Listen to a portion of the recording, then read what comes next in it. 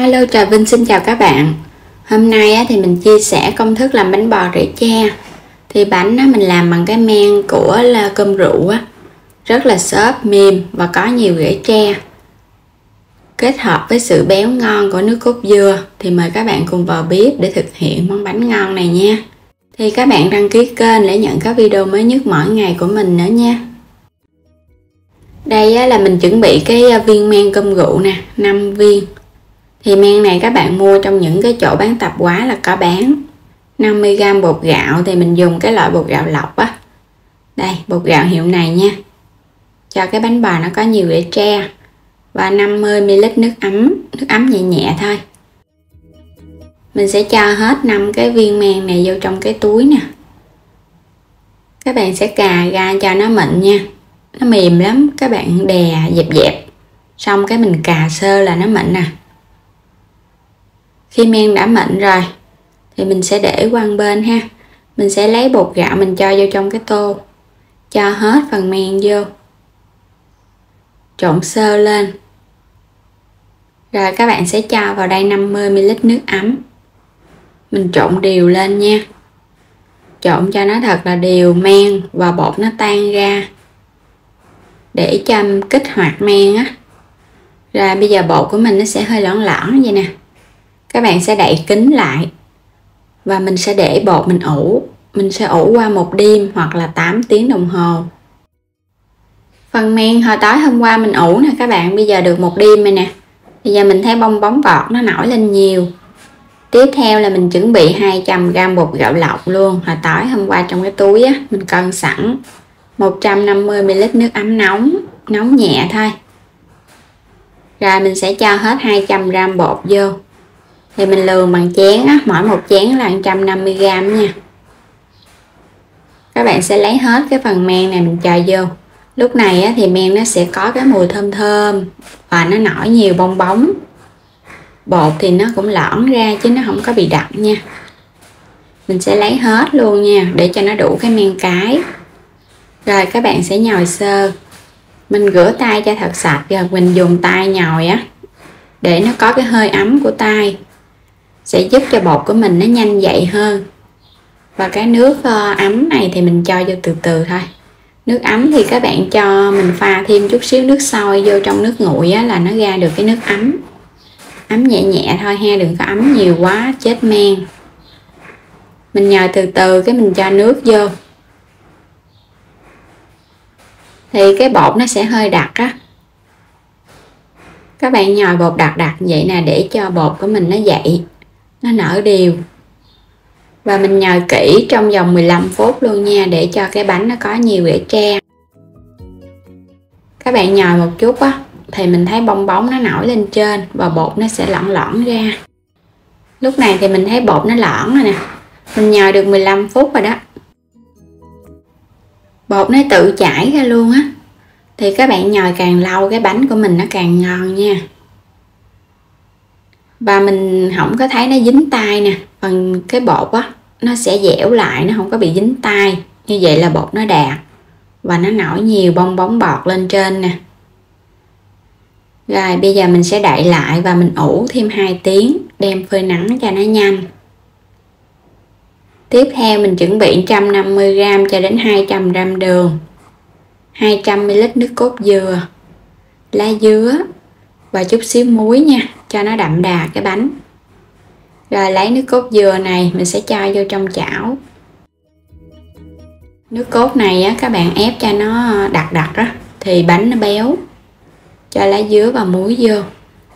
Đường thì mình dùng 150g. Nếu các bạn thích ngọt hơn thì dùng 200g. Bắt lên bếp mình sẽ nấu cho nó sôi lên. Thì cái phần đường nó tan ra. Lúc này đường nó tan rồi nè. Nước cốt nó trong lại. Thì các bạn thấy nó sôi lên nữa. Mình khuấy đều cho lá dứa nó thơm là được rồi. Rồi cái mình tắt bếp luôn ha. Rồi mình chờ cho nước cốt dừa này nó thiệt là nguội. Quay trở lại thau bột thì mình ủ được 2 tiếng. Các bạn thấy bột của mình nó nổi lên gấp đôi. Thì nó phù lên trên và nó xuất hiện nhiều bong bóng bọt. Ở trong cái bột thì nó xốp như vậy là được nha. Thời gian ủ nó sẽ khác nhau tùy theo nhiệt độ nữa. Bây giờ thì mình sẽ cho hết cái phần nước cốt dừa đường vô. Nếu mà không có nắng á, trời mà lạnh quá thì các bạn nấu một cái thau nước sôi, cái mình cho nó vô trong đó, mình ủ nó, đậy kín lại. Làm vậy thì bột nó cũng nhanh dậy lắm. Trộn đều lên để cho bột nó hòa tan. Nếu các bạn kỹ hơn thì mình nhồi cho nó đều. Còn không á, thì mình trộn vậy cũng được. Trộn xong thì các bạn sẽ đánh khuấy đều lên nha, để cho bột của mình nó có rễ tre nhiều á. Mình sẽ ủ tiếp 1 tiếng nha, cũng đem phơi nắng. Mình chuẩn bị cái khuôn. Khuôn này là khuôn 18. Mình sẽ quét dầu ăn. Cho cái khuôn đi hấp. Thì phần bột mình ủ thêm tiếng nữa thì các bạn thấy nó dậy nhiều hơn, bong bóng bọt nó ra nhiều á. Những cái bọt khí li ti á, nó nở đều lắm. Khuấy đều lên nữa là bắt đầu mình đổ bánh được rồi. Mình đã hấp cái khuôn nóng rồi nè. Bây giờ sẽ gót bột vô nha. Và hấp bánh bò thì các bạn nhớ là mình phải bắt sẵn nước sôi và lửa phải lớn, bánh nó mới nở đều, không thôi nó bị chai. Và đậy nắp thì nhớ phủ cái khăn lên trên để hơi nước nó không có nhiễu xuống làm chai mặt bánh. Và mình hấp trong vòng 20 phút với lửa lớn. Trong khi chờ hấp bánh thì mình chuẩn bị chén nước cốt dừa để thắng nước cốt ăn cùng. Cho vào đây 2 muỗng canh đường, chút xíu muối. Và bột gạo thì mình sẽ cho vào đây nửa muỗng canh ha, để tạo cái độ sánh sệt cho nước cốt. Cho thêm lá dứa nữa cho nó thơm nha. Rồi mình khuấy đều lên. Cho phần bột này nó hòa tan đều trong nước cốt dừa thì mình mới đi thắng được. Rồi bây giờ đi thắng nước cốt. Thắng nước cốt dừa thì các bạn để lửa nhỏ và mình khuấy đều tay để cho nước cốt nó chín kỹ. Khi nước cốt nó đặc sệt lên, rồi nó béo các bạn ơi, nó thơm mùi lá dứa nữa. Rồi bây giờ mình tắt bếp nha, để đây. Quay trở lại nồi bánh. Thì mình hấp được 20 phút thì các bạn sẽ tắt bếp luôn. Đối với cái khuôn này thì bánh vậy là chín. Mở nắp ra. Wow, bánh của mình nở nè. Và mình sẽ thử bánh nha. Các bạn dùng cái cây xiên que mình thử vô, thấy không có còn bột ướt nữa là bánh chín. Rồi mình sẽ lấy bánh ra và chờ cho nó nguội. Bánh mà mình để được 1 tiếng đồng hồ cho nó nguội rồi đó.